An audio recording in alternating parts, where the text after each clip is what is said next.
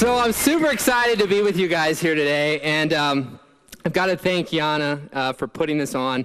It's crazy how things happen, and I'll tell you a little bit about my story here shortly, and just how you get to where you get to, and you just never know ultimately how you're going to get there until you get there. And so what's funny is Pam talking about ingredients. So one of my favorite ingredients to cook with is actually procrastination. So I've learned to kind of just accept it. Yana, sent me a Facebook message at 5:30 this morning and said, "Michael, it is 5:30 of the day of your speech, and I still don't have your slides." And so the funny thing is, this is actually my first speech with slides. You know how when you guys are like, I don't know if any of you golf or maybe hit a baseball or whatever it is that you've got to hit just right.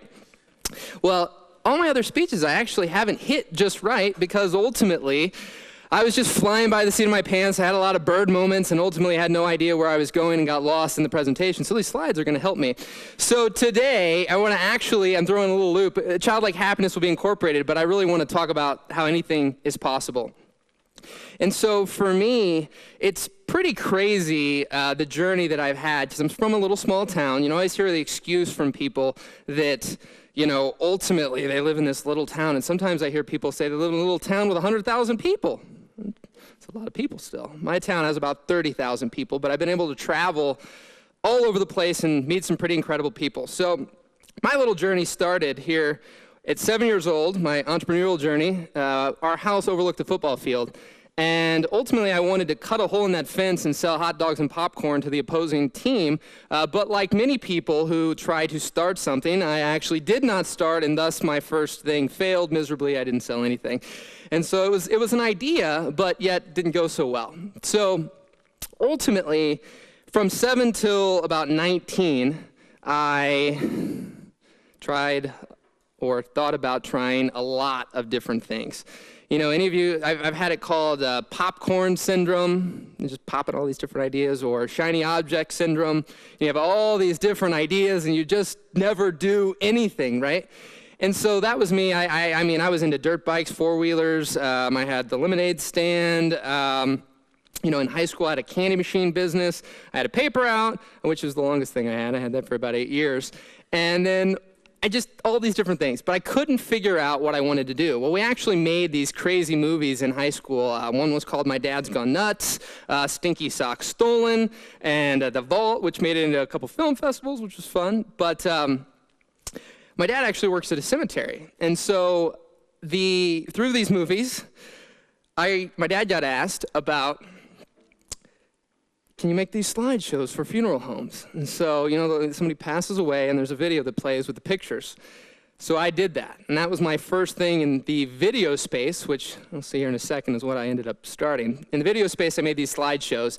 And it went from there to I was about to graduate high school, and I hadn't applied to any colleges, had really no intention of going. And I thought, you know what? I made like $4,000 my junior year doing some video-related things. My senior year, I doubled that. And I thought, well, if I can at least double, I'll be doing pretty good. I can make $16,000 my first year out of high school.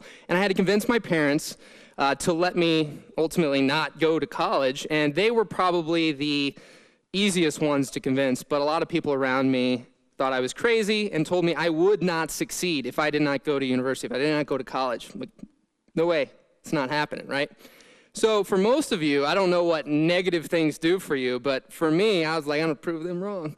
And so ultimately, I started my video production company at 19 called Gebb's Total Video. And came up with that name I also worked at a beer distributor, repacking beer from the age of 12 to about 19. And funny thing is, I don't really drink. And so I was right there at the age of 12 with, open containers of beer and everything else. But I quit that job because they wouldn't give me a quarter raise. I had slaved away at this job for 8 years, doing everything that the owners wanted me to do, and they wouldn't give me a quarter raise. I saw somebody recently said, "Do you still work there?" They said, "Yes." I said, "Thank God they didn't give me that quarter raise, because I might still be delivering beer." And so I decided to start this video production company. And I'm going to tie in, which I think is relevant, a buddy of mine. This is Andy Man Walters. And He's an amazing human being. He used to babysit me. In fact, his dad was in my dad's little Super 8 silent films in the 80s, and had a lot of fun growing up with them. Well, then when I started my company, he, along with his cousin, who I became really good friends with, Tim, were right by my side. I remember even being in the basement of my house, in my parents' house, like mapping out what a website would look like, on a piece of paper. I can't really draw, so maybe why my websites in the beginning weren't that great. But nonetheless, he's always smiling. You notice in every picture. And the one on the bottom right-hand corner was ultimately the very first customer that we ever had in my storefront. And he got my signature pose, as you'll see here in a second, which is the thumbs up, if any of you have seen my picture anywhere. And so he started that. But he taught me that ultimately you've got to go for your dreams. You got to think big. You guys just do anything. He really thought that anything was possible. And it's funny because one time he left and nobody thought it was possible that you could drive 3,000 miles in a car in like 2 days, but Andrew did it. And he borrowed his brother's car, and his brother was quite freaked out because he put that many miles in a car in that short a period of time, but he probably drove clear across the United States of America to go to a concert that he just decided the night before to go to. That's just how Andrew was. But the thing about Andrew is that he would do anything to help someone. He was just always there. He always would do his best. And so the thing that ties into all this is that, we never know about tomorrow. I know this has come up a few times today. You might see where this is going. But you've got to seize that moment. You've got to seize today, because you never know if you'll have it tomorrow. And one day, Andrew was kind of crazy in the sense that we never knew when he'd show up to help out. He always had to walk the dogs. I'll just leave it there. And so nobody laughed, so maybe nobody got that. But ultimately, he would say, I'm going to come in the morning. Well, one day he said he was going to come in the morning. Didn't show up in the morning. And didn't think anything of it. Didn't show up at lunch, didn't show up in the evening, still thought nothing of it because that's just how Andrew was. There was days he didn't show up until Tim, the other guy who helped me with the studio, called me at 9 o'clock at night and said, I think Andrew's passed away. And so it was true. And ultimately, that was a defining moment for me to realize that you just never know. I'm very optimistic. I smile a lot. I'm very happy most of the time. But that taught me that you really just never know. So many of us, a lot of you here have been maybe thinking about things. Maybe this is your 50th, event that you've been to, and you walk away the same way you walked in, but maybe with some more knowledge. And I hope that the rest of this will prove to you that you need, and the whole event will get you to just have that light bulb moment. So, passed away, but he taught me that you need to just go for it. So the next few years passed by, plugged away in my video production company. It grew really fast. And in 2010, I was really overwhelmed. I was really stressed. I had no idea what I was doing really, besides what you'll see in the rest, which I gave it my all. And I learned everything I could, and I did my best. Well, it grew so much that I was so overwhelmed with the work and had really only a few people helping me out. But I had weddings. I really started my whole thing doing weddings. I filmed a lot of weddings. And I was like 9 months behind on delivering these weddings. I didn't even want to leave the house. I was afraid I'd see a couple and they'd be pissed off at me. So I figured all that out. There's not enough time to go through everything here today. I'd love to talk about things more. But ultimately, I found a website called Zen Habits. And on that site, there was a guest post by Tim Ferriss. Anybody heard of Tim Ferriss here?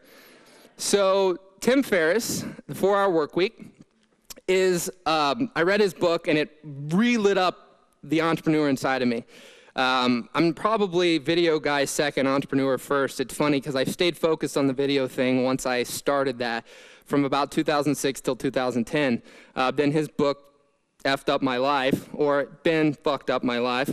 And I told him that recently when I saw him again, man, you screwed up my life. And I was just joking, in a very good way, though.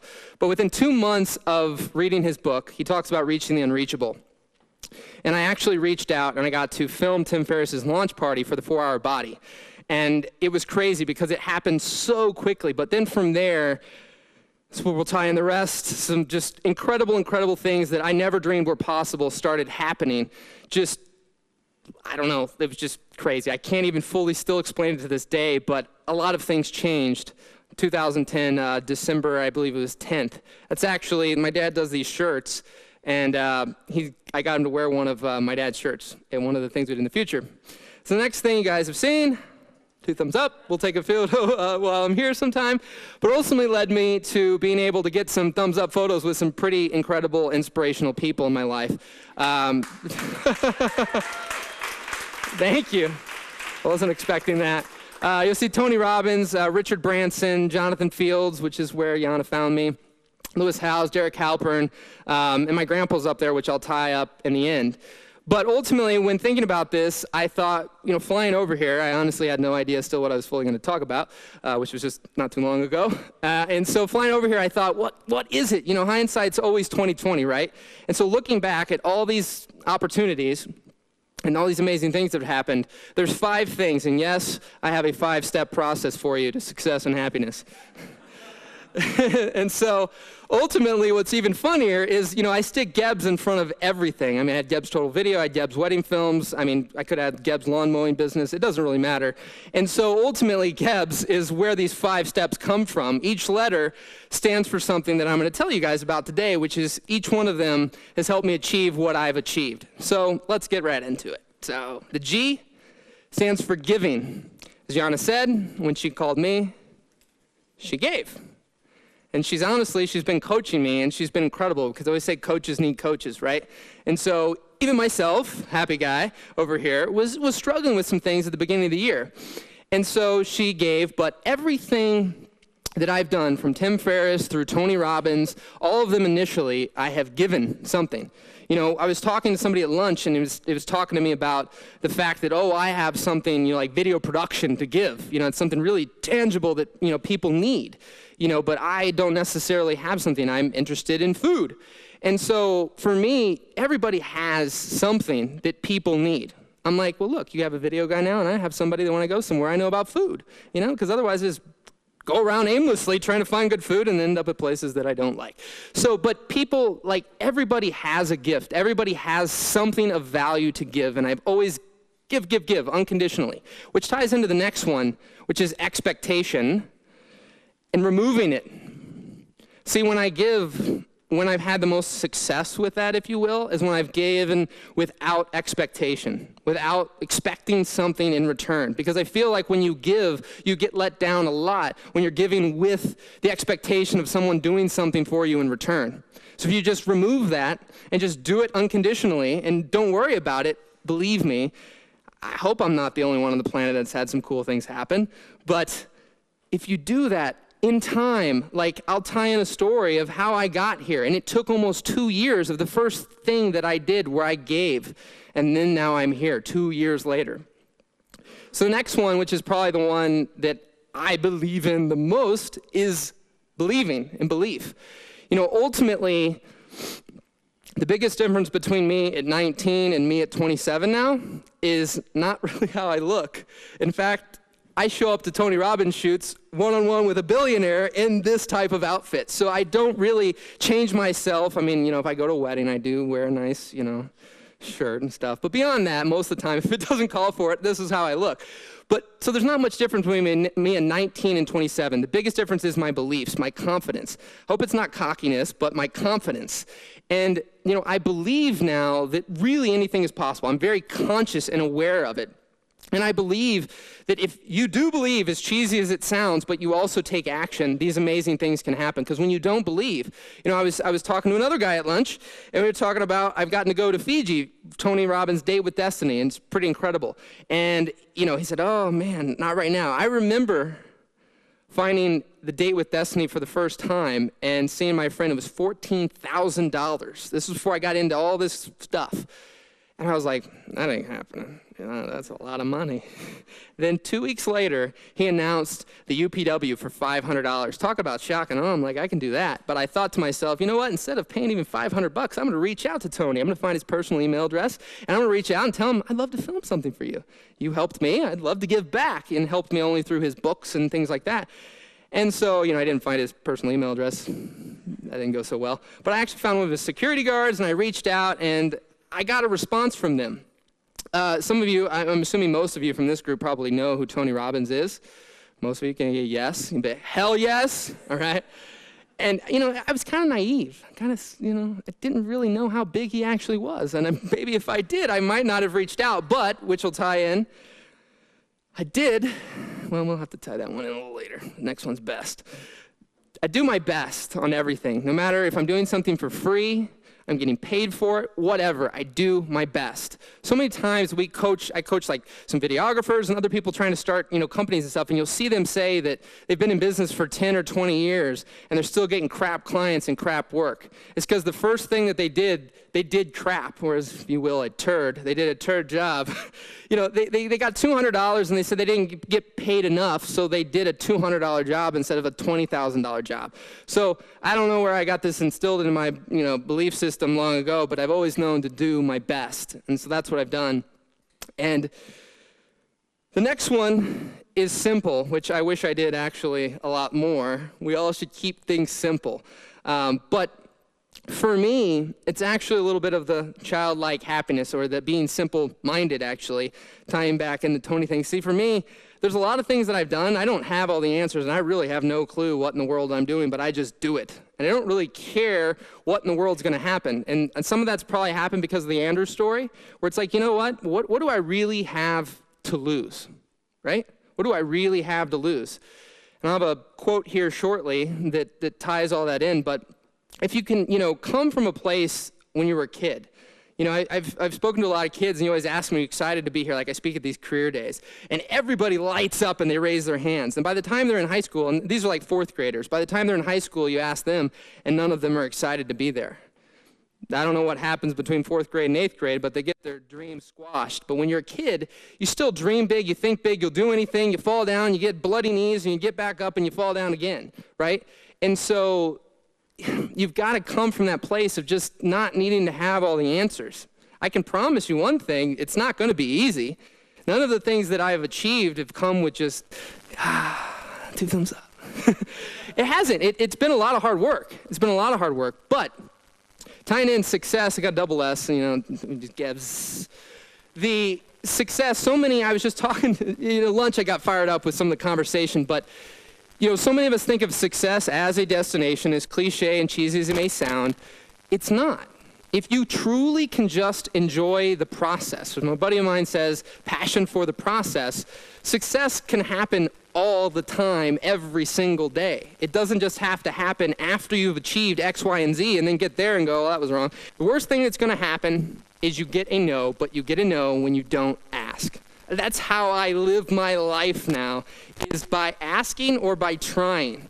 Because to me, if you guys can reprogram your mind to know that when you don't ask or you don't try, the worst thing's already happening, because there's zero opportunity for something good to happen if you don't ask and if you don't try. But when you ask or when you try, there's an opportunity. But for every Tony Robbins that I've had happen, there's plenty of things that did not happen.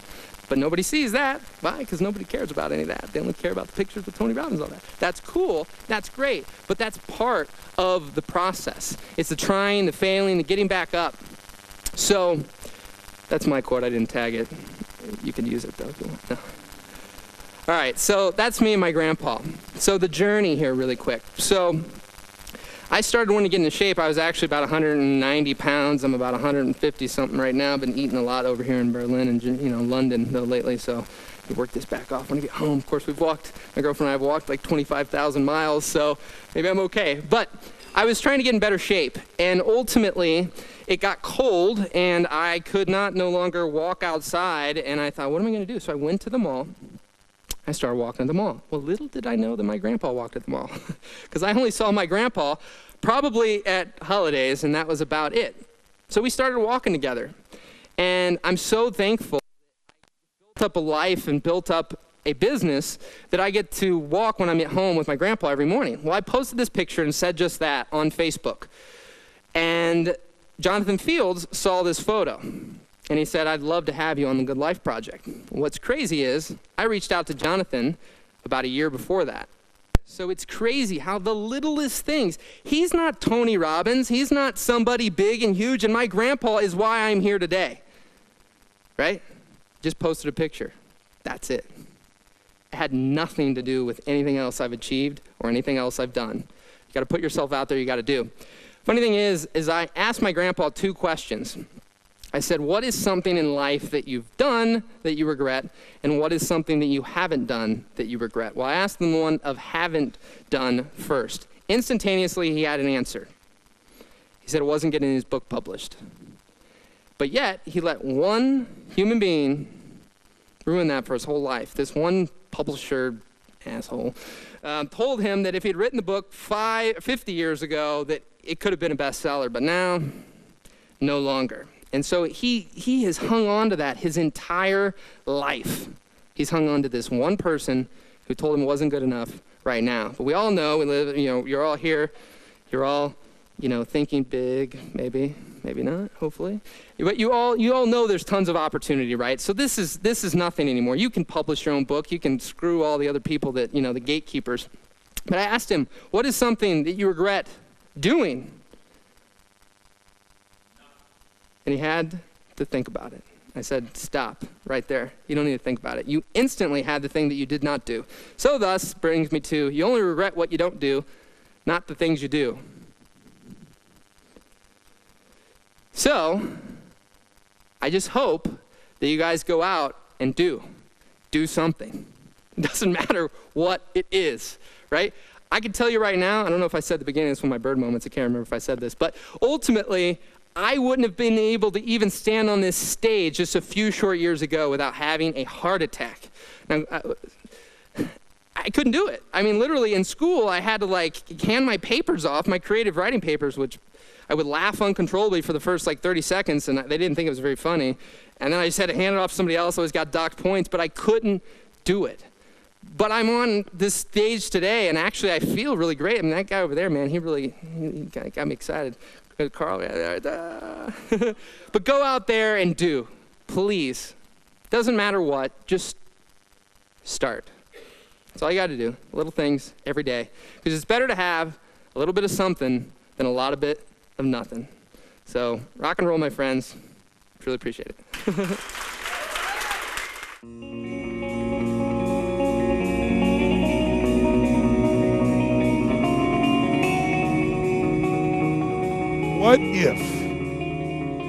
What if problems were always gifts? What if every single problem really was a gift in your life? What if every problem you ever had was life happening for you, not to you?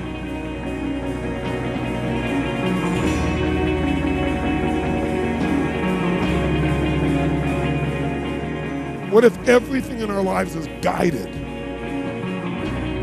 What if everything in our life was divine timing? Everything. Even the pain.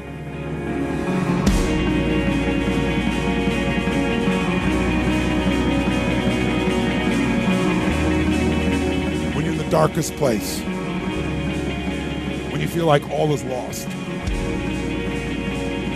when you think there's no way to turn it around, remember this: victory is near.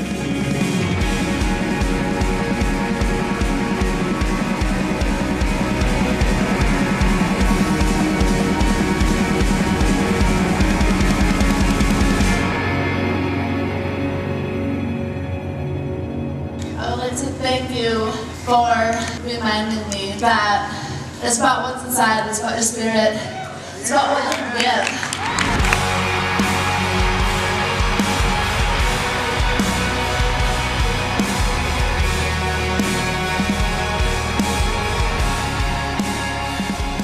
Victory is so near.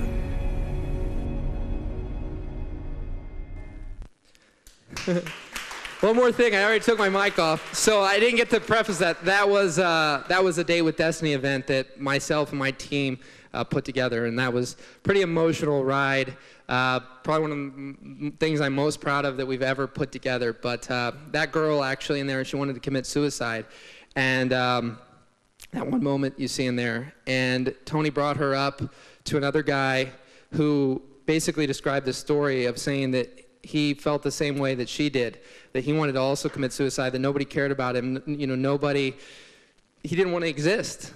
And the funny thing is, he tells this story about how he read this book, which I'm assuming because he's blind, that maybe it was Braille or audio or whatnot, by Mr. Anthony Robbins.